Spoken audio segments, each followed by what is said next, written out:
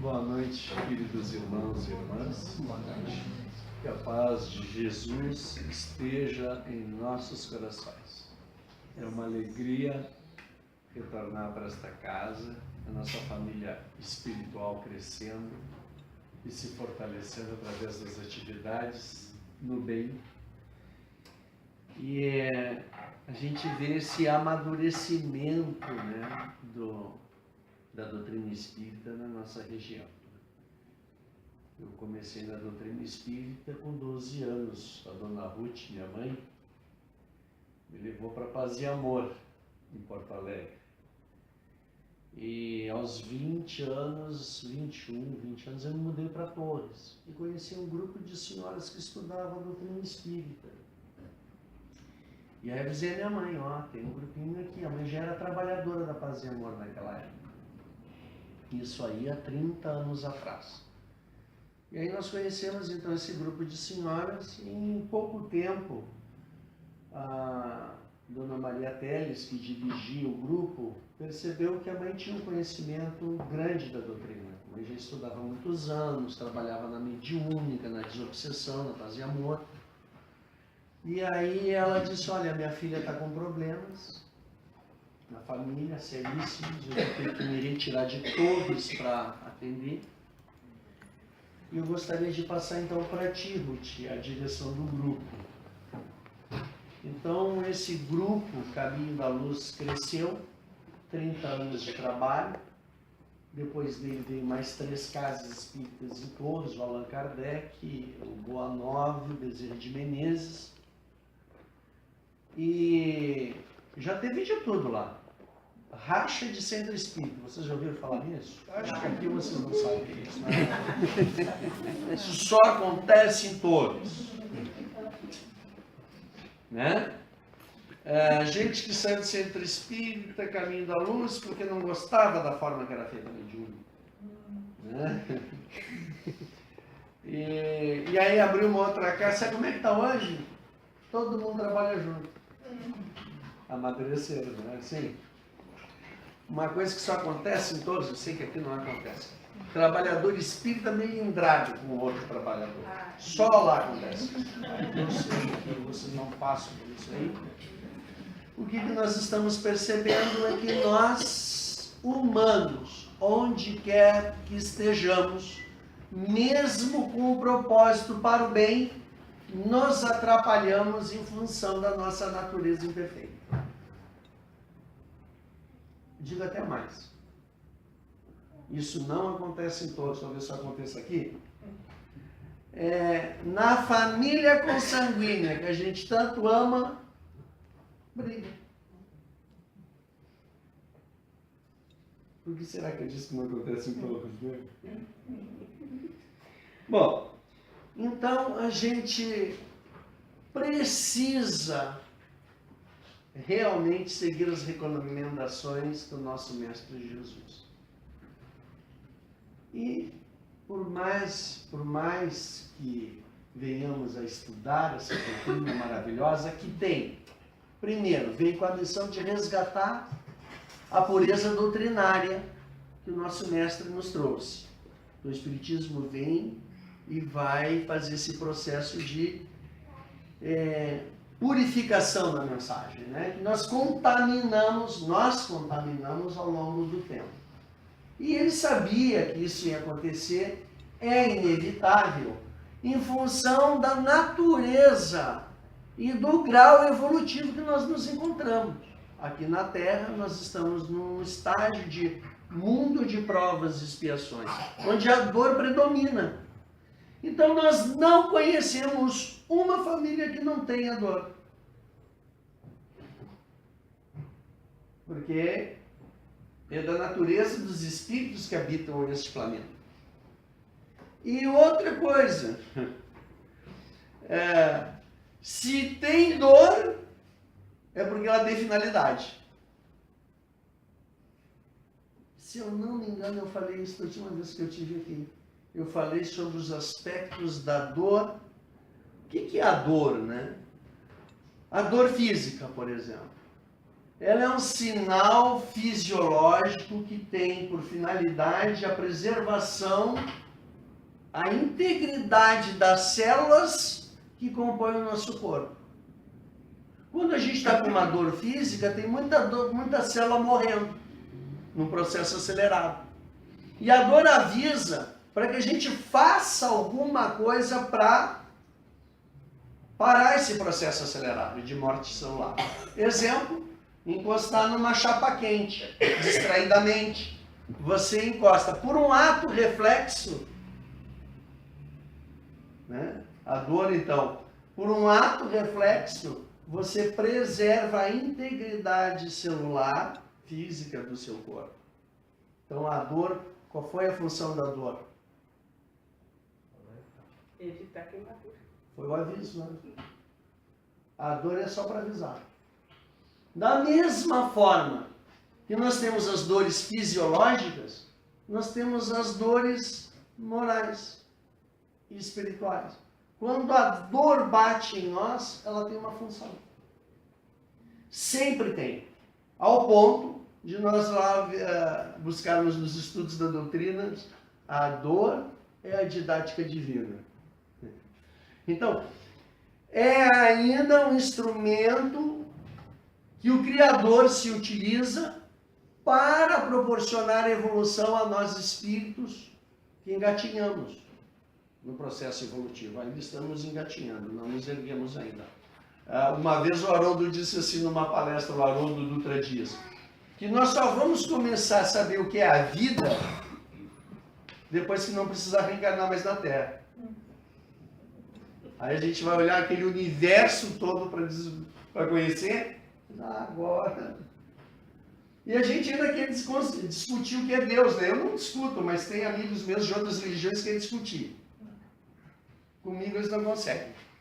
Porque só olha, do tamanho que a gente é, nessa poeira cósmica solta pelo universo, eu defini o Criador de todas essas coisas, vai ser, para mim, impossível. Mas eu reconheço que ele existe pela obra, pela natureza de sua obra. A grande verdade desse Pai. Amorosamente, Jesus define o Criador como Pai. Logo, ele nos conceitua todos os seres, como irmãos. Quando eu fico bravo com a minha cachorrinha lá em casa e dou um tapa nela, é minha irmã e eu não estou sendo legal com ela. Agora para minha esposa alisar lá no centro espírita falar isso, né? Lá em casa ela vai cobrar. Então, todos nós somos irmãos. Por isso que o Chico tinha e tem, porque o Chico continua trabalhando em nome de Jesus, um respeito igual a qualquer ser vivo. Quando ele fazia uma promessa para um cachorro, ele cumpria. E nós temos nos casos do Chico, né, essa delicadeza, demonstrando o grau evolutivo em que o Chico se encontra. Né? Uma vez um cachorro grande gosnou para ele de noite, ele voltando para casa, enorme o cachorro. Ele parou, fez aquela posição recomendada, né? Você fica com os braços erguidos e paradinho assim. Aí disse para o irmão, meu irmãozinho, se tu me acompanhar até em casa, não me faça mal, se tu me acompanhar até em casa, eu te dou toda a carne que tiver na geladeira. Coitadinho do Chico. Ele prometeu, ele paga mesmo, né? O cachorro parou de rosnar na hora. O Chico caminhou, ele foi atrás. Chegou em casa, abriu a porta e gritou para a irmã, não te assusta. Abre a geladeira e bota aí na bacia o que tiver de carne. Ela foi botando. Botou. Mas tudo, Chico. Tudo. Até a linguiça, né? Ela não queria esconder a linguiça. Botou lá, o cachorro comeu, olhou para ele e foi embora. Pode parecer uma história ingênua, né? Infantil, mas assim era o Chico. O Laércio, nosso irmão trabalhador lá do Caminho da Luz, seus pais conviveram um bom tempo com o Chico Xavier. recomendo que vocês procurem o Laércio para vir dar umas palestras. É uma simpatia, aquele sotaque carioca maravilhoso, né? Diferente, mas ele estuda bastante a doutrina, foi aluno do Raul Teixeira no Rio de Janeiro, em Niterói, né? E essa mãe, a dona Helenir, e o pai, seu Lineu, iam de 15 em 15 dias trabalhar com o Chico. E o irmão mais velho do Laércio foi o que mais aproveitou, por ser mais velho, ele tinha uns 12 a 14 anos, foram 2 anos ininterruptos, indo de 15 em 15 dias. Então o irmão mais velho do Laércio aproveitou bastante esse período. E na casa do Chico, aquela casinha humilde, tem uma mesinha muito pequena para as refeições. 6 pessoas cabiam na mesa. E esse menino ia lá e queria escutar o Chico. Só que como a mesa era pequena e a casa do Chico vivia cheia, ele sempre ficava para um cantinho da casa na hora da refeição. Não nem sempre ficavam lá para as refeições. Mas às vezes o Chico convidava, então a dona Helenir pensava, o Chico queria dizer alguma coisa. Então ela ficava. E aí numa dessas vezes ela ficou e finalmente sobrou um lugar para esse menino. Ele sentou aqui assim do ladinho da cabeceira da mesa. Do ladinho do Chico Xavier. A alegria no coração dele era intraduzível. Botaram a sopa na mesa, serviram o pratinho dele e ele radiante de alegria. Hoje eu não vou perder nada do que o Chico vai falar. Daqui a pouco batem na porta e entra um casal. A dona Helenir olha para o filho, o olhar de estudo. O menino muito triste. Vai ceder o lugar para os adultos. Pega o seu pratinho, tem na casa pequenininha, tem lugar só ali na varanda. Ele vai. E quando ele senta para tomar sua sopa numa profunda tristeza, ele escuta uma voz. Posso sentar aqui e tomar a minha sopa contigo? Era o Chico. Então, essa delicadeza que representa o amor na sua maior simplicidade e beleza. Essa é a terapia recomendada por Jesus. Carl Gustav Jung, o criador da psicologia analítica, vai nos dizer que nós, os homens, os humanos, ainda sofrem porque não colocam amor bastante nas coisas que fazem.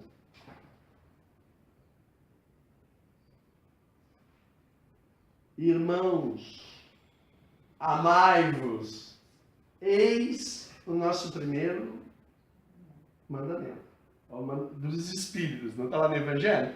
O segundo, instruir-vos. Para que nós vamos estudar a doutrina? Como um recurso necessário no grande trabalho de transformação interior. Como é que o Centro Espírita começa com as atividades dos bairros carentes? Chega o trabalhador entusiasmado, vou ajudar os pobres. Não é assim que a gente pensa?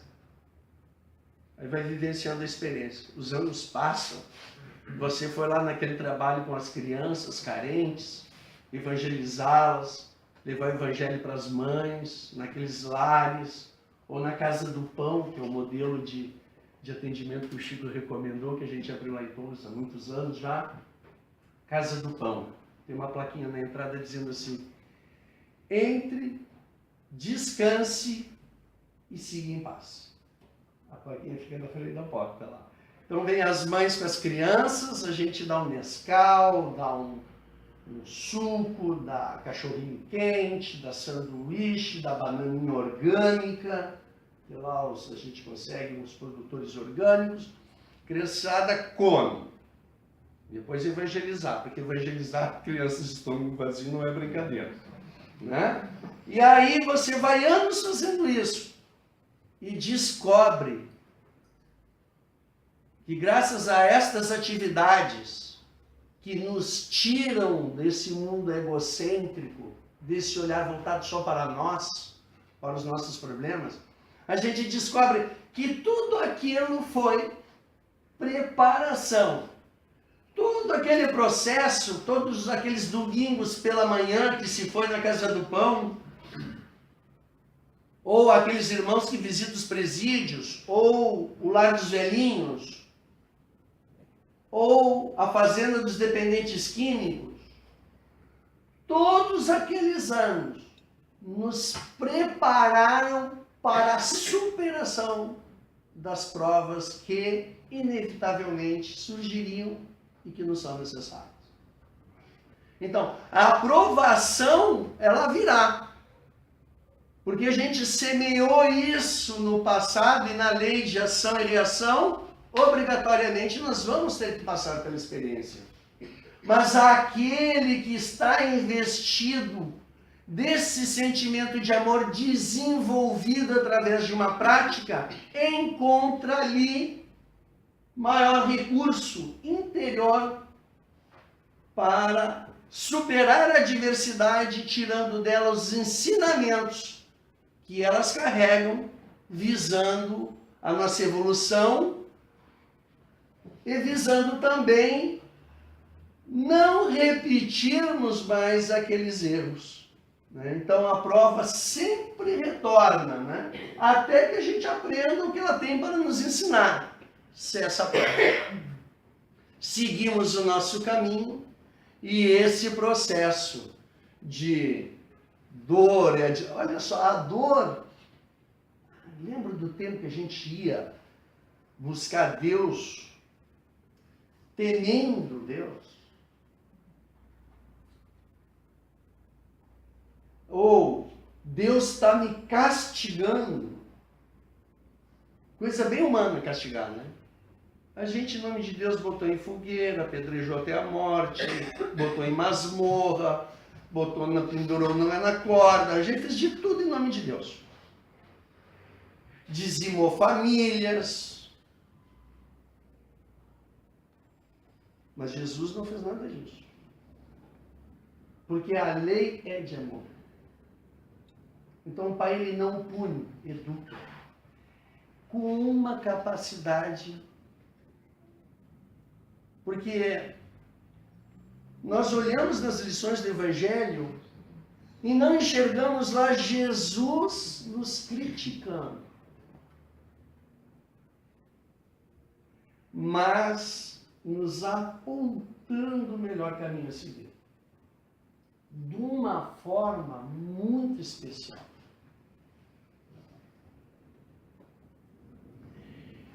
Então, se nós estamos sofrendo, a gente pensa assim, qual é a receita de Jesus para eu superar essa dificuldade? Eu estou sofrendo muito, eu tenho que amar mais. Então, eu vou potencializar amor nas coisas que eu faço. Então, eu vou fazer o café da manhã hoje. Vai ser o mesmo cafezinho de sempre. Mas vai ser com mais amor. Ó, hoje eu vou lá visitar aquela pessoa lá que não é fácil. Em vez de ficar lá discutindo, criticando, hoje eu não vou criticar, eu só vou dar carinho para ela. Eu sei que vocês trazem muito isso aqui, chegar em casa e encher a esposa de elogios. Recado que eu estou dando para os homens, eu sei. E claro, quando vocês começaram a fazer isso, já depois de uns anos de casado, elas estranharam muito. Geralmente ficam muito desconfiadas. Flores, então, fora de data, surreal. Não é? Surreal. Pode, isso não pode ser verdade. Mas ele insiste e começa carinhosamente, não só nessas flores, mas no trato, no cuidado. Esse cuidado que o Chico demonstra, né? Esse cuidado que o Chico demonstra. E a gente começa a perceber que a pessoa que recebe isso, ela começa a acreditar que realmente ela tem muita coisa boa. E é curioso, isso na visão da psicologia a gente percebe, que quando a pessoa começa a descobrir os seus valores na psicoterapia, ela começa a encontrar também, não só os aspectos mais sombrios e difíceis, mas também suas riquezas, ela começa a fazer novos planos. Então ela diz assim, vou estudar. Mas com 60 anos tu vai estudar? Por que não? Tem tempo. Ah, tá. Tempo feliz daquele que conseguiu se aposentar com 60, não é mesmo? Vamos abrir um parênteses. A minha aposentadoria eu acho que só vou buscar depois de desencarnar. E no andar da carruagem a coisa está ficando feia. Mas a pessoa diz, eu na faculdade conheci senhores, colegas, um desembargador, reconheci uma pessoa maravilhosa, Irvandil Fagundes, está no mundo espiritual hoje. Foi estudar, porque a esposa dele também foi estudar, já tinha se aposentado como pedagoga, aí resolveu fazer psicologia. E ele, amoroso, carinhoso com ela, disse, eu vou contigo. E eu tive a felicidade de fazer alguns trabalhos na faculdade com esse casal. Então, não tem idade quando você está se amando para aprender mais. Quem é que não quer aprender mais? Quem já perdeu aquele brilho de viver. E o espírita, minha gente, não pode perder o brilho de viver, porque ele tem conhecimento bastante para saber que a vida é imortal. Que o meu ente querido que partiu para a espiritualidade, ele não está sozinho, nem desamparado, e muito menos que ficou. Ou se quem foi não está desamparado e quem ficou também não está, por que nós estamos chorando? De saudade natural, né? Mas de tristeza, aí entrou a não aceitação com a vontade do Criador. E aí é falta de conhecimento. Porque a lei funciona de tal sorte que quando as coisas acontecem na nossa vida, acontecem no melhor momento, na intensidade precisa para atender o nosso programa evolutivo. A dor não vem nem acima do que precisamos e nem abaixo, mas na intensidade necessária. Então, a gente sente o embate, vertem as lágrimas, mas a gente não descansa. Levanta e diz, bom, se o Pai mandou, é porque está na hora de eu enfrentar essa experiência e aprender com ela. E nós vamos ir.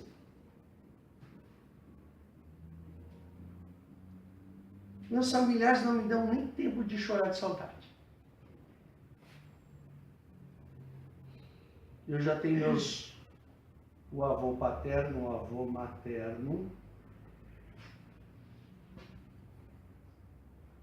E esses dois reencarnados. Nossa.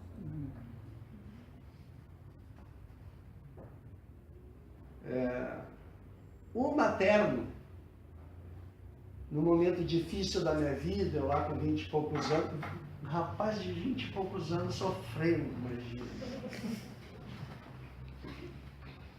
Aí, numa mediúnica, eu estou lá, meus primeiros contatos com a espiritualidade na mediúnica.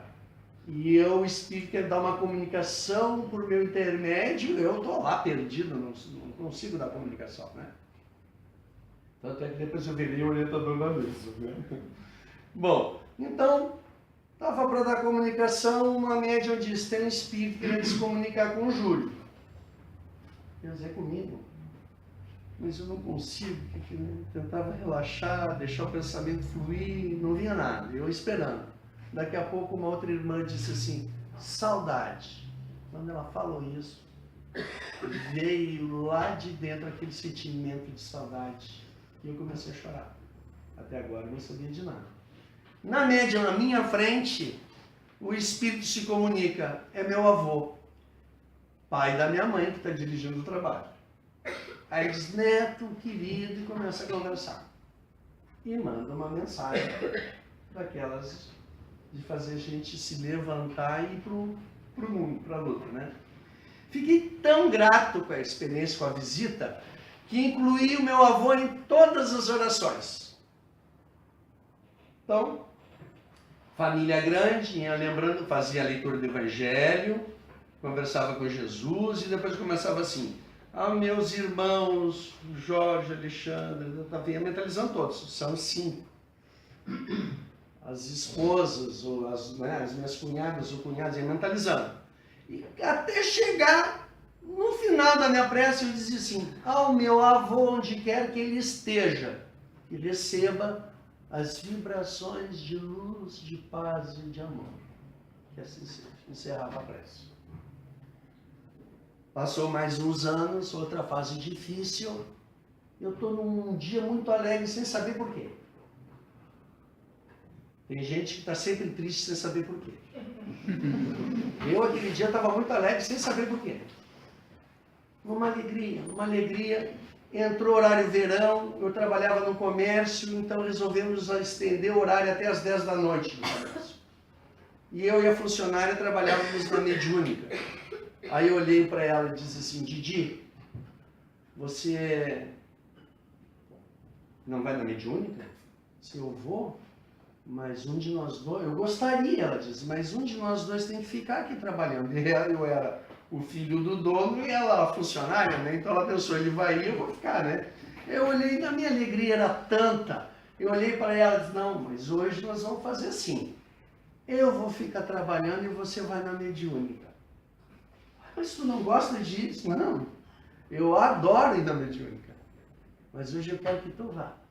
Ela ficou numa alegria e saiu correndo. Fechei comércio, caminhei a 1 quilômetro talvez, cortando a cidade, passei por uma praça, aquela vibração amorosa, aquela alegria. Entro em casa, o centro espírita era nos fundos da minha casa naquela época. Deixaram para você uma mensagem psicografada. Meu neto, seu avô, já bateu emoção. Fui lendo. Mensagem consoladora, para que esse neto perseverasse no caminho. Então vamos em frente, né? Só que no final ele botou assim, observação. Quero te agradecer as vibrações que tu tem me mandado todos os dias. Hoje ele é meu sobrinho de quase 20 anos.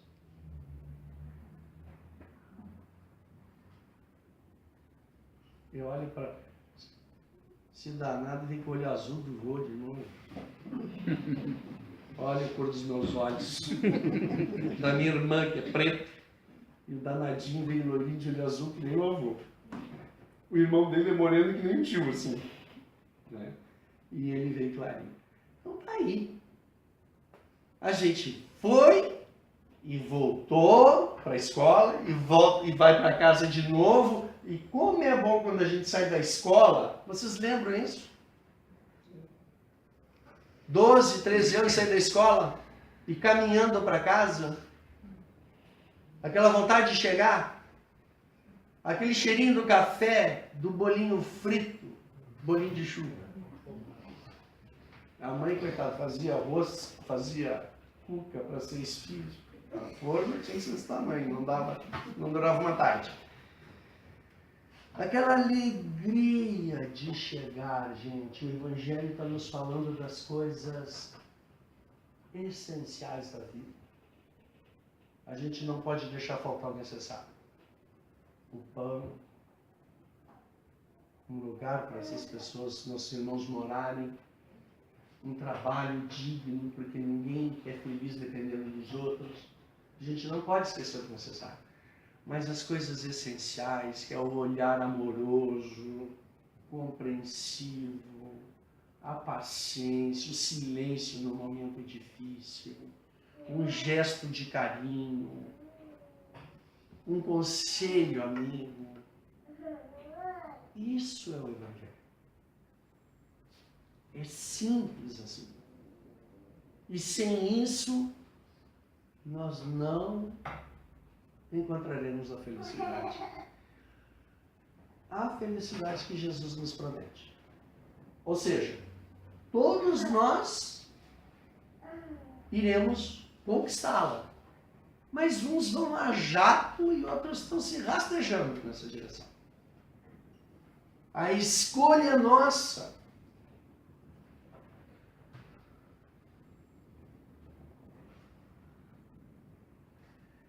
Quando nós, vamos voltar lá para a terapêutica, né? Vamos para a doença e voltar na terapia do Cristo. Quando o corpo adoece, ele é um canal onde a alma precisa escoar aquela energia. Então, o corpo adoecer é um canal para preservar a essência, a alma. E quando a doença bate, ela já fala de alguns desafios da alma. Um exemplo, eu vou pensar um exemplo, alguns casos. As razões que levaram a pessoa à síndrome do pânico é única. Você tem que estudar o caso daquela pessoa. Mas o que o pânico provoca?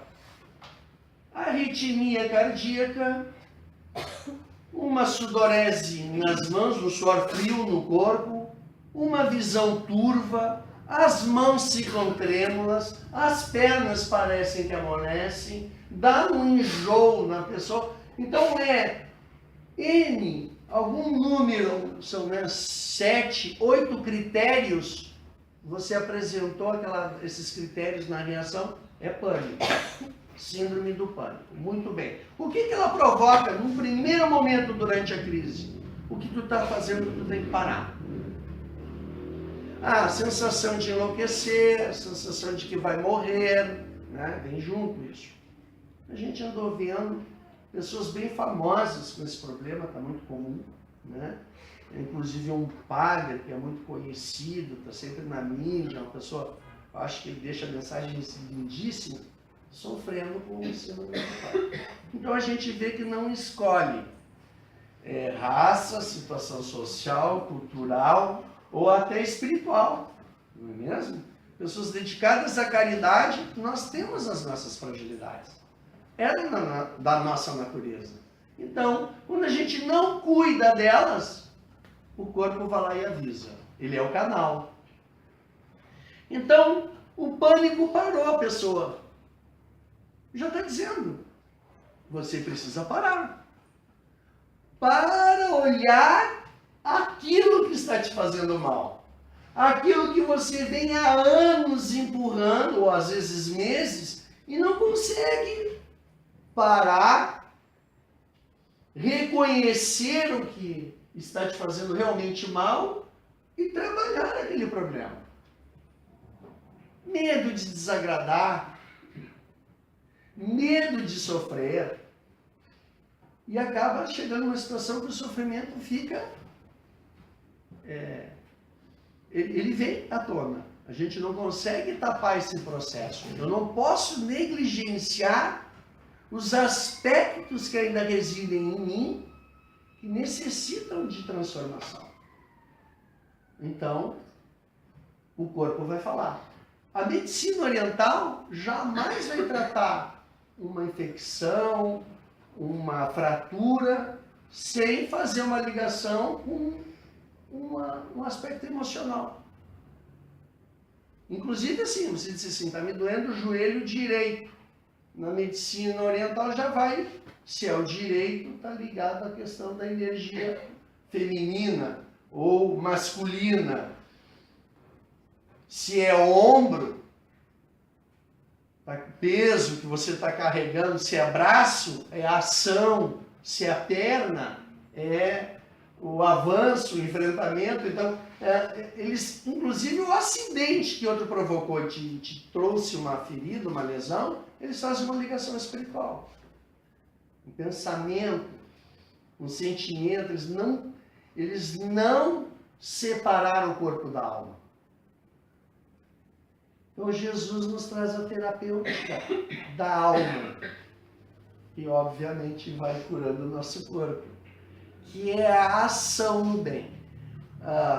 Recentemente, nos estudos lá em Torres, e preparando os estudos para as palestras, eu peguei lá um trabalho do Haroldo, e ele estava, o Allan Kardec, no Livro dos Espíritos, na questão 943, vai fazer uma pergunta para o plano espiritual, onde ele está falando sobre depressão. Uma palavra que não existia na época do Kardec, né?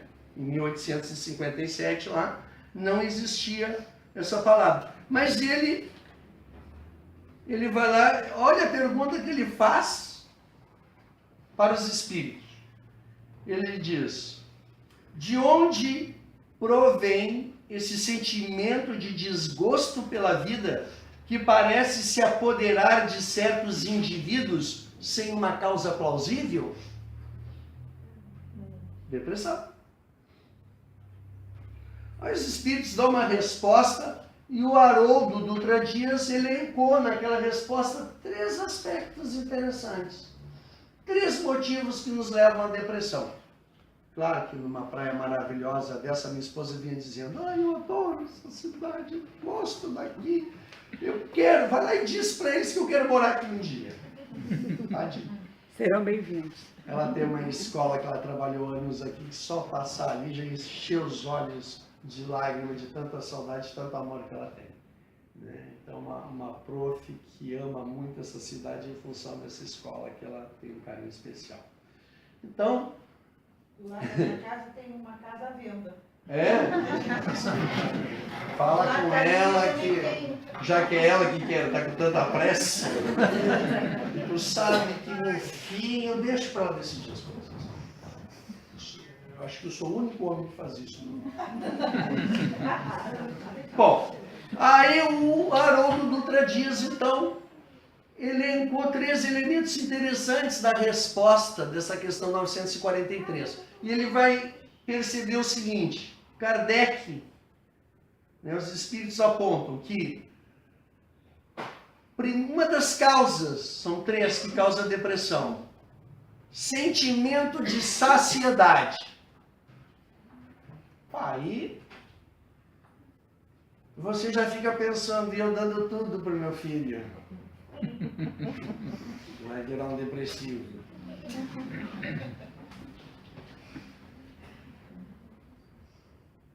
Gente, muitos irmãos e irmãs nossas que têm tudo no aspecto material não são felizes. E eu nasci em 1943. Em 1943, está fazendo uma relação com o número da questão? Bom, na segunda, olha o segundo elemento, a ociosidade. Aí vamos dizer, aquela mãe que se dedica a vida inteira para os filhos, sabe? Ótimo, sensacional. Só que os filhos vão embora. Como é o nome daquela síndrome que dá? Ninho vazio. A síndrome do ninho vazio. Olha para um lado não tenho filho para puxar a orelha para deseparar uma cama. Não tenho mais fazer comida para o batalhão. Não tem mais... Porque quem teve mais de um filho, eu convivi com os meus irmãos, claro que a gente não brigava na frente do pai e da mãe, a gente procurava evitar, mas a briga sempre rolava, né? Vocês sabem disso. Se vocês, pais e mães, acham que seus filhos não brigam, é só se distrair um pouquinho, né? Vamos passear, assim, dar uma volta na praia e voltam para ver o que está acontecendo, né? Então, a gente ter não nos garante a felicidade, está mais do que batido esse tipo de informação, e sim um ser. Né? Então, a gente passa boa parte da nossa vida correndo atrás no sentido de possuir materialmente. Muito bom o conforto. Ninguém é contra isso. Mas a gente não veio para cá só para isso. Então,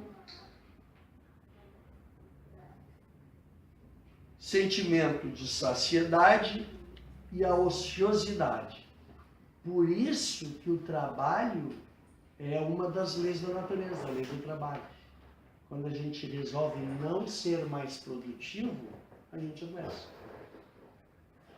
Olha o que o Jung vai dizer. A fase mais produtiva do ser humano é na segunda metade da vida. Ele está dizendo depois dos 40 que a gente vai ficar bom.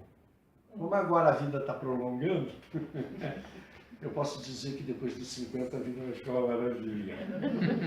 Espetáculo. Eu estou começando essa fase, né? Eu estou com 51, já estou aqui, cheguei na fase boa. Agora eu vou ter que aproveitar. Eu vou entrar na terceira. Vamos aproveitá-la. Com o quê? Com as orientações de Jesus.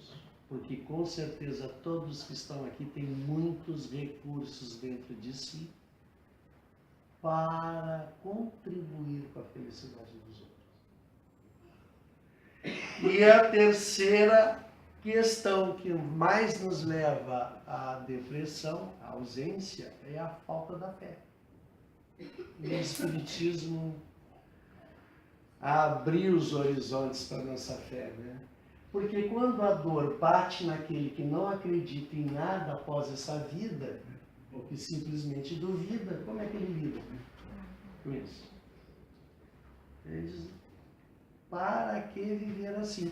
Vocês sabiam que a nossa região tem um dos maiores índices de suicídio do Brasil?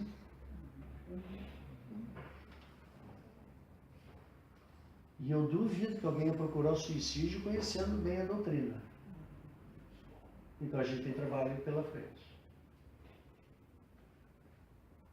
A gente não pode guardar um conhecimento desses com tantos irmãos nossos sofrendo. Porque o Espiritismo matou a morte, o Espiritismo nos trouxe causa justa para todas as coisas. Eu não lembro que eu aprontei. Mas eu sei que se eu estou passando por isso é porque eu fiz algo de errado. Então, agora com Jesus eu vou procurar a solução para esse problema. Aí a vida é melhor. É tão doido isso que a gente chega a ficar com saudade daquelas fases mais difíceis. Bem, não é que a gente passou questão não. Doeu. Mas hoje nós somos o que somos só em função de termos vencido aquelas etapas tão difíceis. Então, tudo vale a pena aí, né, gente? Claro que com Jesus, agora a Nélia Guimarães, né? Com Jesus, ela vai lembrar isso no estudo lá, provaram biologicamente, que com Jesus 50 arrobas fica mais leve. Eles provaram, né? No estudo de fisiologia ela encontrou a resposta. 50 arrobas com Jesus fica mais leve. Porque quando nós estamos usando a área da criação, do pensamento, que é uma área frontal, no neocórtex, nós ativamos essa área. Quando você está pensando no bem, praticando a caridade, por exemplo, criando alguma coisa, você está ativando uma área que vai fechar uma porta, quanto mais você ativa essa área, mais você fecha a porta do sistema analgésico central. E quanto mais fechada ela está, menos é a intensidade da dor sobre você. Fisiologicamente falando. Espiritualmente, da mesma forma.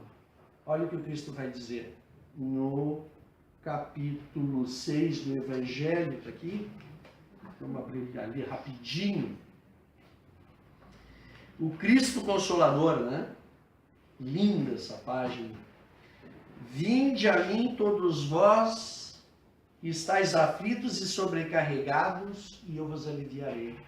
Tomai sobre vós o meu jugo e aprendei comigo, que sou brando e humilde de coração, e achareis repouso para vossas almas, pois é suave o meu jugo e leve o meu fardo. Mateus capítulo 11, versículo 28 a 30. Aí o Allan Kardec dá mastigadinho, né? Faz o seguinte comentário. Todos os sofrimentos, misérias, decepções, dores físicas, perda de seres amados, encontram consolação na fé no futuro, na confiança na justiça de Deus que o Cristo vem ensinar aos homens. Sobre aquele que, ao contrário, nada espera após essa vida, ou que simplesmente duvida, as aflições caem com todo o seu peso e nenhuma esperança lhe mitiga o amargor. Foi isso que levou Jesus a dizer: vinde a mim todos vós que estáis fatigados e eu vos aliviarei. Entretanto, faz depender de uma condição a sua assistência e a felicidade que promete aos aflitos. Essa condição está na lei por ele ensinada. Seu jugo é a observância dessa lei, mas esse jugo é leve e essa lei é suave, pois que impõe como dever o amor e a caridade.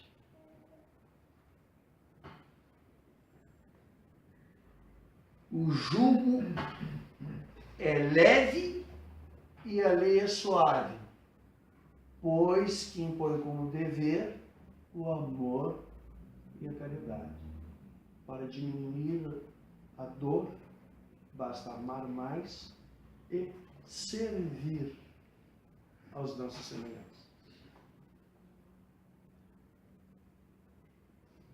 Uma vez escutei de uma moça que frequentava a casa espírita, ainda acredito que frequente, não mora mais na cidade, e quando ela estava muito triste, ela juntava o que tinha em casa de comida, assim, fazia sanduichinho e saía para a rua. E o primeiro mendigo que ela encontrava, ela parava e começava a conversar. Se a pessoa aceitava ela bem, ela no segundo momento perguntava se ele estava com fome. E se ele aceitaria dividir com ela um sanduíche. Ela voltava melhor.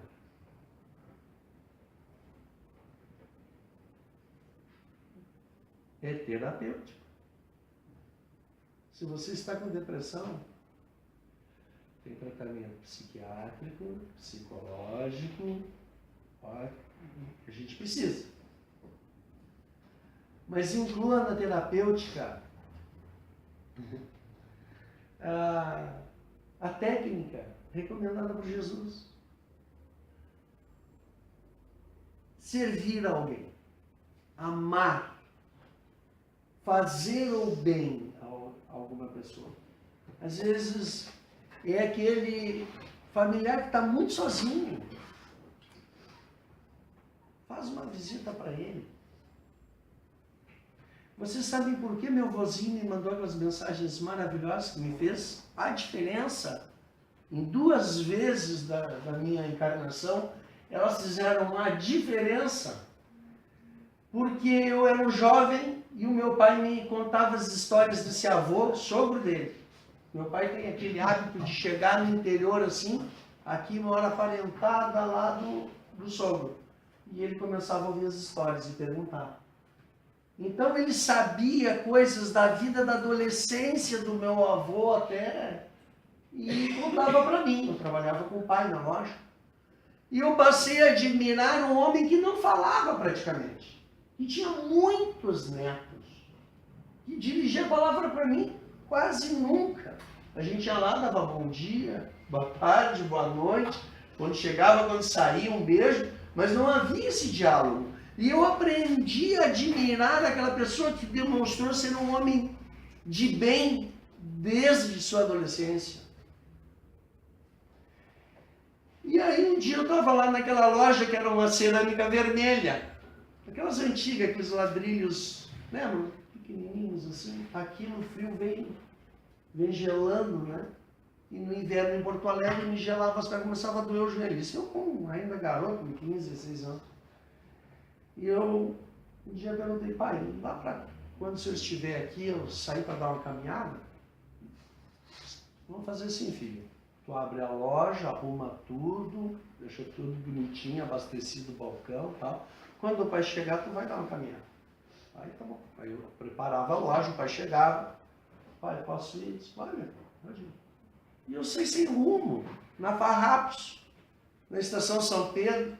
A Félix da Cunha terminava ali. Eu entrava pela Félix da Cunha, ia subindo, saía lá na Dom Pedro II. Quando eu, lá em cima, eu disse, para onde é que eu vou? Dizia, eu vou lá, não vou. Ele não ia te falar nada, mas ele é admirável, pensei comigo. Então eu vou, a partir de hoje, de segunda a sexta, se não estiver chovendo, eu vou caminhar até a casinha dele para dar um beijo nele. Quando eu bati na porta dele, ele abriu assustado. O que o meu neto está fazendo aqui, no meio da semana, é visitar o avô que nunca veio sozinho. O que houve, meu filho? Não houve nada, avô. O pai deixou eu dar uma caminhada, eu resolvi vir lá da loja até aqui, era bem longe. Mas vim só para lhe dar um beijo. Eu dei um beijo nele, dei na avó, ficou admirado, conversava 5 minutos e voltava bem rápido.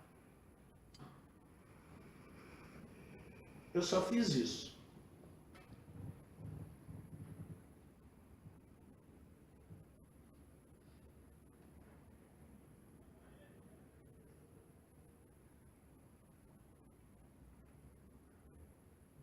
E quando eu precisei dele, ele apareceu.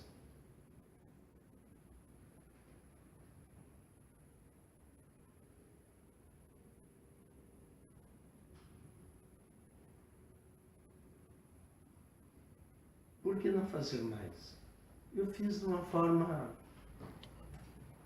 Acho que eu fui inspirado, porque eu saí sem rumo naquela primeira caminhada. Depois eu coloquei como... por capricho, assim. É para lá que eu vou sempre que eu for caminhar. Mas na primeira não tinha esse fim.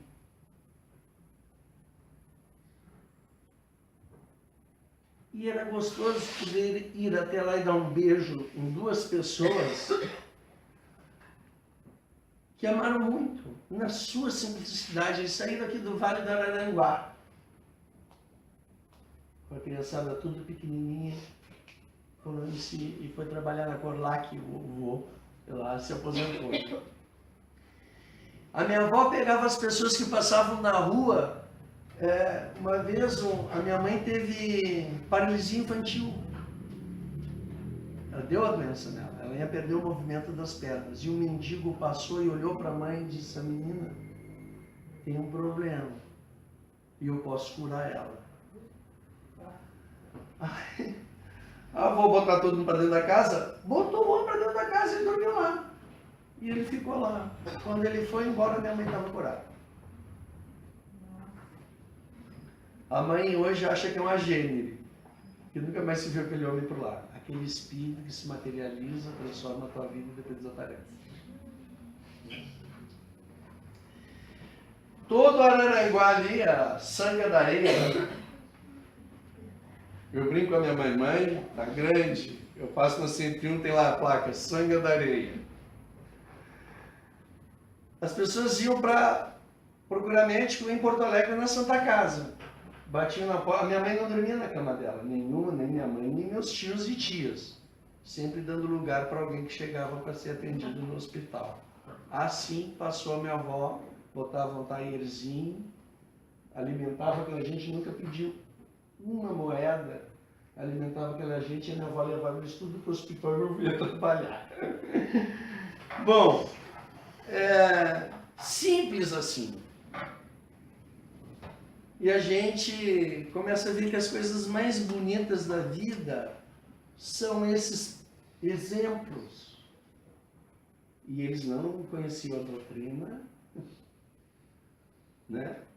E a gente sabe que pessoas iluminadas estão em todas as partes do globo, em todas as religiões, né? Já estão lá para nos impulsionar, né?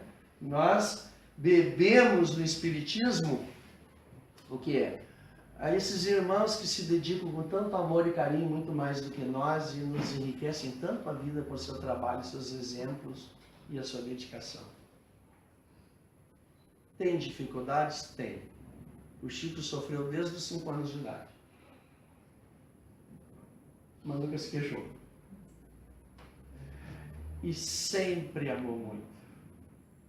A tal ponto que quando a gente começa a pensar nele, a gente é invadido pelo amor, que é dele. Já experimentaram? Fiquem consigo mesmo e comecem a recordar as coisas boas que vocês sabem do Chico. E experimentem.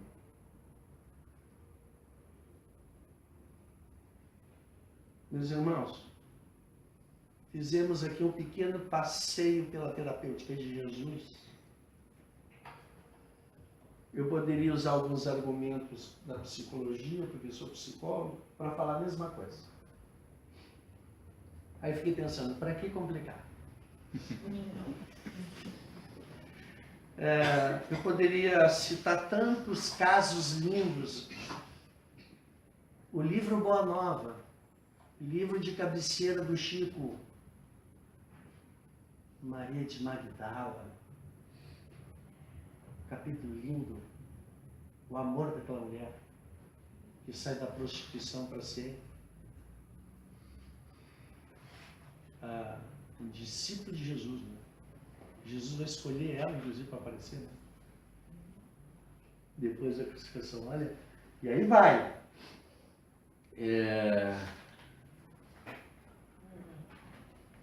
Bartolomeu, aquele homem temperamental que a família toda brigava com ele, chamava ele de vagabundo porque ele ia escutar Jesus e não ficava trabalhando. E ele brigava com a família inteira. No diálogo com Jesus, ele chega em casa, todo mundo briga com ele. Dirige palavras ríspidas, inclusive o pai. E ele, com um olhar compassivo, tocado pela luminosidade amorosa de Jesus, diz: o pai não conhece o Cristo. Como eu posso exigir dele um outro comportamento? E aí, compreendendo a natureza do pai e dos irmãos, Bartolomeu se enche de felicidade, considerado um dos grandes discípulos de Jesus. Eu me vejo no Bartolomeu, a gente se vê, né? A gente vê olha o Paulo, aquele homem, Paulo de Tarso, né? Na Igreja Católica de São Paulo, um homem jovem, bonito, rico,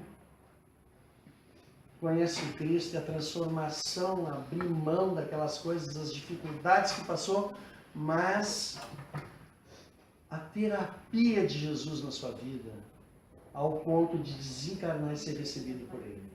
Então, que nós possamos, queridos irmãos, fazer o nosso trabalho, porque as dificuldades que nós carregamos, as imperfeições que nós carregamos, o egoísmo, a vaidade, a preguiça, um orgulho, essas são energias em forma primitiva. São da natureza humana. A gente só precisa reconhecê-las em nós. E depois que a gente reconhece que é um egoísta, a gente trava uma luta com o nosso egoísmo, e não com os outros. Para que deixemos de ser egoístas. E esse processo é fazer com que a energia mude da forma primitiva para a forma luminosa. A gente não deixa de ter, a gente transforma.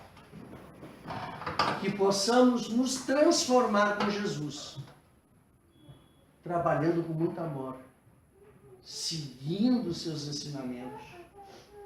E por que não, queridos irmãos, nessa belíssima obra deixada pelo nosso querido Chico Xavier, que é a continuidade da obra de Kardec. Que a gente possa beber nessa fonte segura, pura, que nos transforma em espíritos cada vez mais felizes. Que estejamos sempre com eles, que assim seja. Sim, seja.